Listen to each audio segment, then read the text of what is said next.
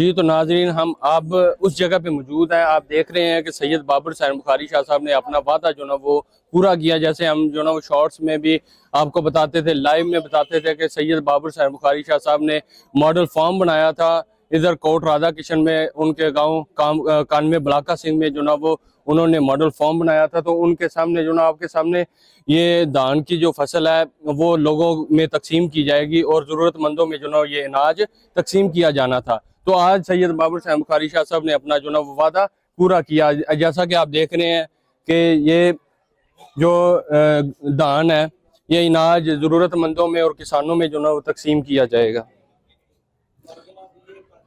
इधर दिखाएं, इधर दिखाएं।